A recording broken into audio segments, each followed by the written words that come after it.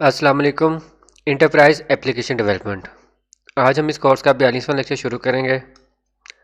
आज के लेक्चर में हम WPF स्टाइल्स पढ़ेंगे और ये देखेंगे कि ये कहाँ पर यूज़ होते हैं और इनका बुनियादी मकसद क्या है।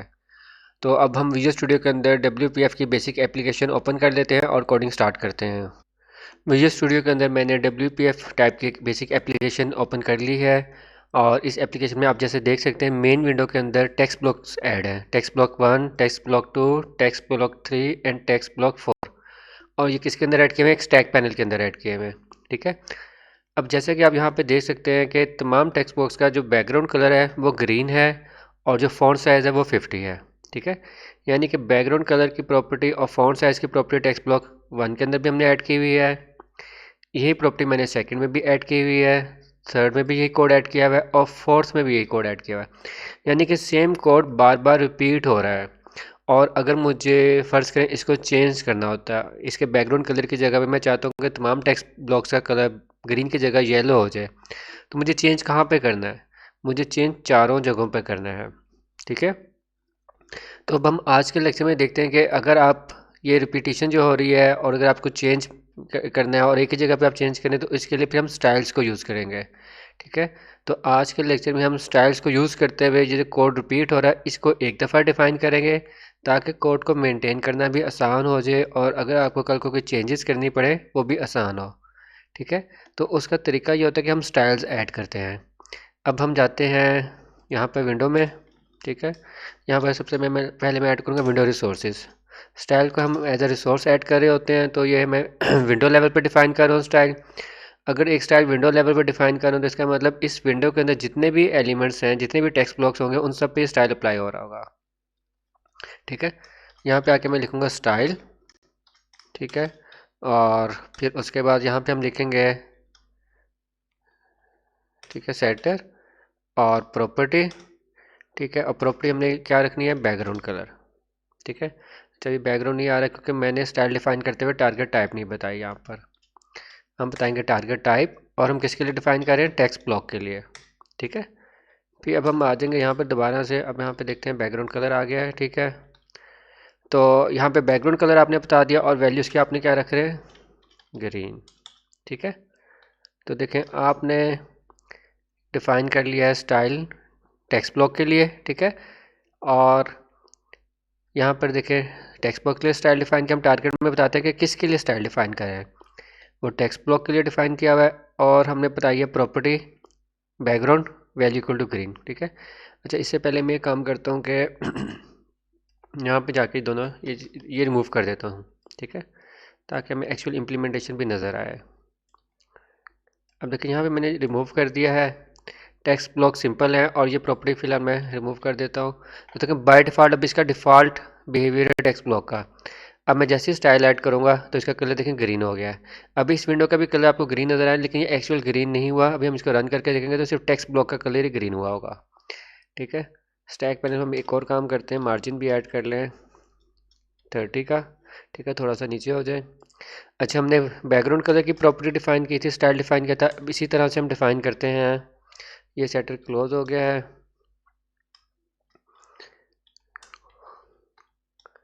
इस सेटर पे आते हैं, दोबारा से एक ऐड करते हैं सेटर। ठीक है। और अब हम प्रॉपर्टी बताएंगे फ़ॉन्ट साइज़। Font size. ठीक है। और इसकी वैल्यू आपने क्या रखनी है? फ़र्ज़ करें हम 50 रख रहे थे, 50। ठीक है। और इसको क्लोज़ कर लें। जैसे आपने क्लोज़ किया तो देखें टेक्स्ट ब्लॉक के जो फ़ॉन्ट साइज़ है वो भी इंक्रीज़ हो गया है। तो अब देखें, आपने जो स्टाइल डिफाइन किया वो एक ही जगह पे डिफाइन किया है।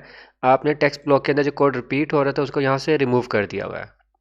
ये एक ही जगह पे डिफाइन हुआ। अब आपको चेंज करना पड़ता है तो फिर हम एक ही जगह करेंगे। फर्स्ट के जैसे मैंने कहा था ग्रीन की जगह आपने येलो करना है, तो हम सिर्फ एक जगह पे करेंगे और तमाम टेक्स्ट ब्लॉक्स के कलर येलो हो जाएंगे।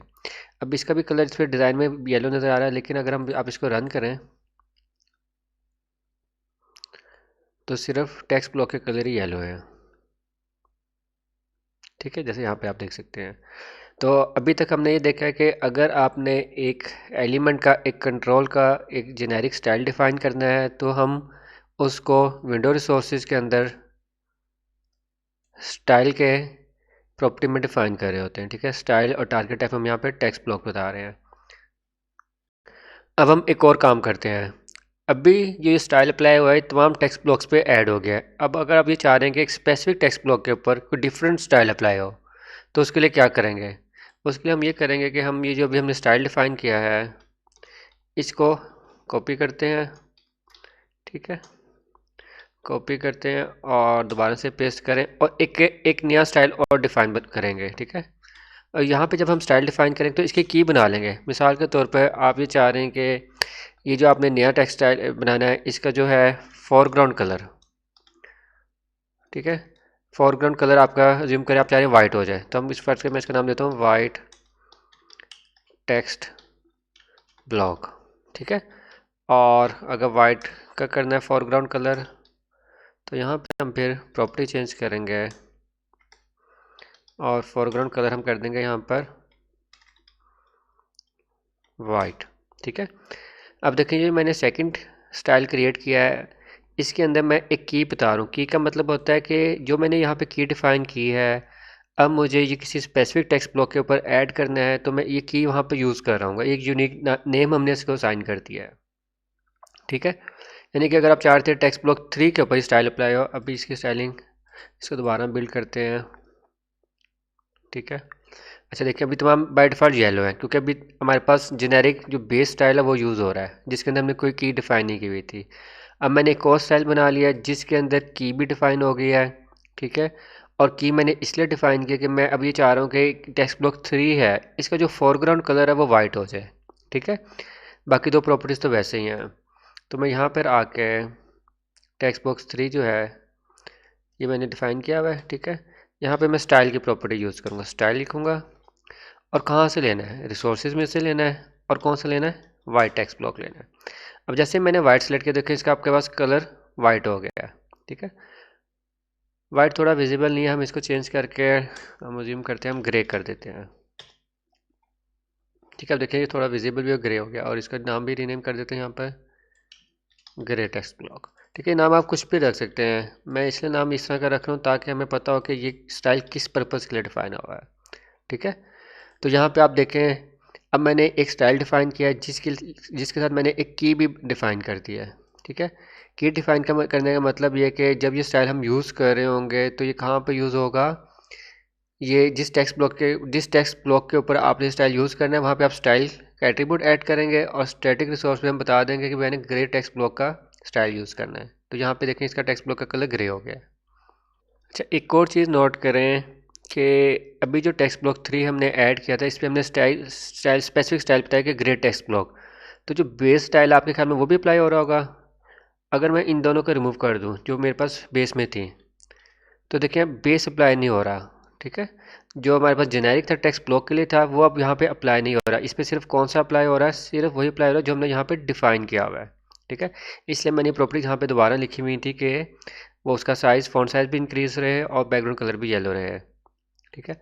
अब हम एक और काम करते हैं, अभी जब हम स्टाइल डिफ़ाइन कर रहे हैं यहाँ पे आप देखें तो ये जो स्टाइल के अंदर ये दो लाइंस हैं, दो सेटर्स हैं जिसके अंदर बैकग्राउंड कलर येलो है और फॉन्ट साइज 50 ये पहले में भी है और दूसरे में भी और पहले में भी है, ठीक है। ये भी यहाँ पे रिपीट हो रहा है। अब हमने इस रिपीटेशन को ख़त्म करना है तो मैं ये काम करता हूँ कि मैं इसको कॉपी करता हूँ यहाँ से, ठीक है, यहाँ पे पेस्ट करते हैं और इसकी की मैं रख देता हूँ फर्स्ट करें मैं कहता हूँ रेड, ठीक है।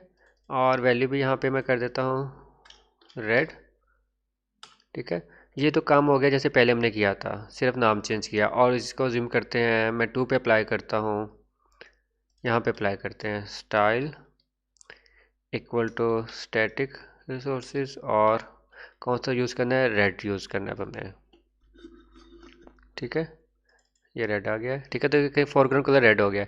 लेकिन मेरा क्वेश्चन ये था कि हम ये चाह रहे हैं कि यहाँ पे जो कोड रिपीट हो रहा है वो भी हम रिपीट ना करें, यानी जो बेस वाला कलर है, बेस वाली प्रॉपर्टीज़ हैं वो इसमें भी रिपीट हो रही हैं और इसमें भी रिपीट हो रही हैं। तो मैं ये करता हूँ कि यहाँ से इसको रिमूव कर देता हूँ, ठीक है। अब देखिए सिर्फ फोरग्राउंड कलर रेड रह गया है लेकिन मैंने ये दो प्रॉपर्टीज़ भी यूज़ करनी। तो मैं यहाँ पर आऊँगा, जब मैं स्टाइल डिफाइन कर रहा हूँ टारगेट यहाँ पे हम बताएंगे भाई ये किस पे बेस्ड करता है, बेस्ड ऑन की प्रॉपर्टी यूज़ करेंगे, ठीक है। बेस्ड ऑन हम इसलिए यूज़ करेंगे भाई ये वाला स्टाइल किसी और स्टाइल के ऊपर बेस कर रहा है, इसलिए मैं बेस्ड ऑन यहाँ पे लिख रहा हूँ। और फिर यहाँ पे भी हम यूज़ करेंगे स्टैटिक रिसोर्सेज, ठीक है। फिर ये किस पे बेस करना है, ये बेस करना है क्या ग्रे के ऊपर या किसी और के ऊपर। अभी ग्रे के ऊपर नहीं हम कर रहे हैं, अभी हम कर रहे हैं जेनेरिक के ऊपर अप्लाई करें। अगर जेनेरिक पे ऊपर करना है फिर हम एक और दफ़ा ब्रैकेट ऐड करेंगे, टाइप बताएंगे, और टाइप आपके पास क्या है, टेक्स्ट ब्लॉक, ठीक है। अब जैसे मैंने यहाँ पे टाइप बता दिया तो देखें इसका फ़ॉन्ट साइज़ भी चेंज हो गया है। और जब हम स्टाइल डिफाइन कर रहे थे तो देखें जो बेस वाली प्रॉपर्टीज़ थी वो हम रिपीट नहीं कर रहे नीचे, वो वहीं से ऊपर से यूज़ हो रही हैं। वो ऊपर से क्यों यूज़ हो रही है, क्योंकि मैंने बेस्ड ऑन यूज़ करते हुए मैंने बता दिया कि भाई ये जो स्टाइल है किस पे बेस कर रहा है, टेक्स्ट ब्लॉक का जो जेनेरिक स्टाइल है उस पे बेस कर रहा है, ठीक है। कुछ प्रॉपर्टीज़ वहाँ से आ जाएंगी और कुछ इसकी अपनी प्रॉपर्टीज़ हैं वो यहाँ पर आ गई हैं, ठीक है। तो हम एक स्टाइल को किसी और स्टाइल के ऊपर भी बेस कर सकते हैं। अब हम एक और लास्ट एग्जांपल कर लेते हैं। अब टेक्स्ट ब्लॉक 4 के ऊपर भी कुछ नहीं ऐड हुआ हुआ, ठीक है। अच्छा, मैं ये काम करता हूँ कि मैं इसी को कॉपी करता हूँ यहाँ से, ठीक है, और नीचे रख देते हैं, ठीक है, यहाँ पर। और वैल्यूज़ की मैं चेंज कर देता हूँ, ज़ूम करें, वैल्यू मैं इसकी कर देता हूँ पर्पल, फर्स्ट करते हैं पर्पल, ठीक है। और इसको अप्लाई करते हैं हम टेक्स्ट ब्लॉक 4 के ऊपर, स्टाइल, स्टैटिक रिसोर्सेज, और यहाँ पे पर्पल नहीं आ रहा, पर्पल क्यों नहीं आ रहा। अब हमने पर्पल की जो हमने डिफ़ाइन नहीं की यहाँ पे, ठीक है, कि हमारे पास रेडी आ रही है, हम पर्पल डिफ़ाइन कर लेते हैं, ठीक है। सेव कर लेता हूँ मैं यहाँ पर, और यहाँ पे मैं बता देता हूँ पर्पल, ठीक है।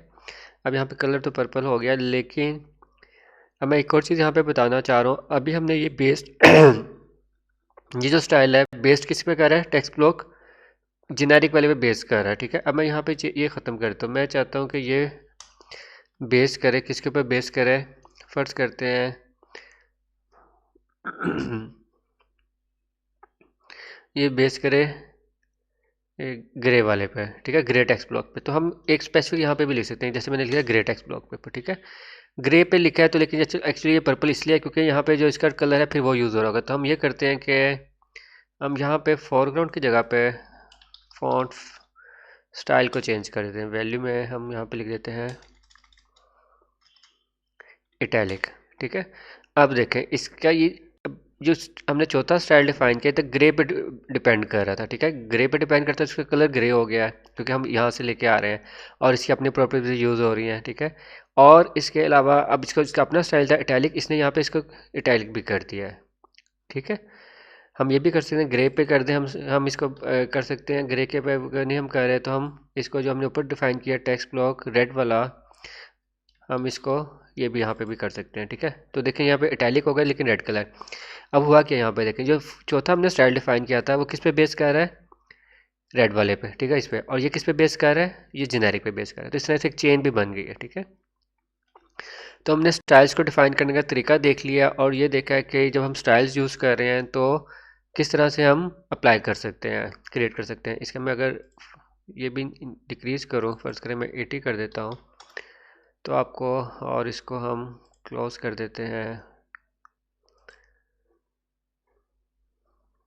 इसको मैं और छोटा कर देता, देखिए आपको कंप्लीट एक स्क्रीन के अंदर सारा कुछ नज़र आ रहा होगा अब, ठीक है। तो अब मैं एक दफ़ा दोबारा बताया तो विंडो रिसोर्सेज के अंदर मैंने पहला स्टाइल डिफ़ाइन किया था जो कि तमाम टेक्स्ट ब्लॉक्स के लिए था। फिर मैंने एक और स्टाइल डिफ़ाइन किया जिसके अंदर मैंने की डिफ़ाइन कर दिया, जो मैं बता रहा हूँ कि ये ग्रे टेक्स्ट ब्लॉक की है और जिस पे ये अप्लाई होगा उस पर ग्रे वाला यूज़ हो रहा होगा, ठीक है।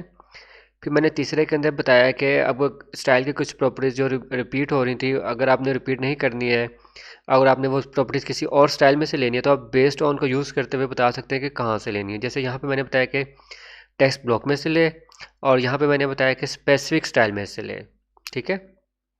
अभी एक और चीज़ नोट करते हैं कि ये स्टाइल मैंने विंडो रिसोर्सेज में डिफ़ाइन किया है।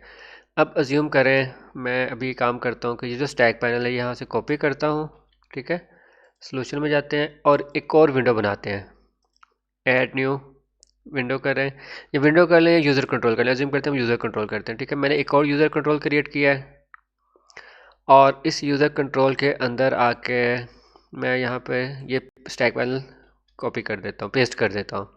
तो देखें यहाँ पर ये स्टाइल अप्लाई नहीं हुए। वो स्टाइल अप्लाई क्यों नहीं है? क्योंकि मैंने जो स्टाइल डिफ़ाइन किए थे वो मैंने इस विंडो के रिसोर्सेज में डिफ़ाइन किए थे। तो जो स्टाइल आप विंडो की रिसोर्सेज में डिफ़ाइन करेंगे तो वो स्टाइल सिर्फ उसी विंडो के लिए होंगे। अब अगर आप ये चाह रहे हैं कि जो स्टाइल आपने अप्लाई किए एप्लीकेशन लेवल पर हो, कि एप्लीकेशन के अंदर जितने भी विंडोज़ हैं या यूज़र कंट्रोलर है तमाम के ऊपर अप्लाई हो रहे हो, तो मुझे फिर ये स्टाइल यहाँ से कॉपी कर ले कट कर लेने हैं। ठीक है, यहाँ पे मैंने स्टाइल नहीं डिफ़ाइन करना, यहाँ से कट कर लूँगा और एक ऐप डॉट एक्सएमएल की फ़ाइल है, देखिए यहाँ पे एप्लीकेशन रिसोर्सेज है, मैं यहाँ पे पेस्ट कर दूँगा। ठीक है, एप्लीकेशन रिसोर्सेज में जो आप स्टाइल डिफ़ाइन करेंगे वो एप्लीकेशन वाइड होंगे, पूरी एप्लीकेशन के लिए होंगे। तो अब आप अगर मेन विंडो पे आए तो देखिए यहाँ पे भी स्टाइल अप्लाई हो रहा है, अगर आप यूज़र कंट्रोल पे आए तो यहाँ पे भी स्टाइल अप्लाई हो रहा है। तो आज के लेक्चर में हमने ये सीखा है कि स्टाइल्स कैसे डिफ़ाइन करते हैं, और अगर आपने विंडो लेवल पर स्टाइल बनाना हो तो विंडो रिसोर्स में बनाते हैं, और अगर आपने एप्लीकेशन लेवल पर स्टाइल्स को डिफ़ाइन करा तो हम एप्लीकेशन रिसोर्सेज के अंदर डिफ़ाइन कर रहे होते हैं।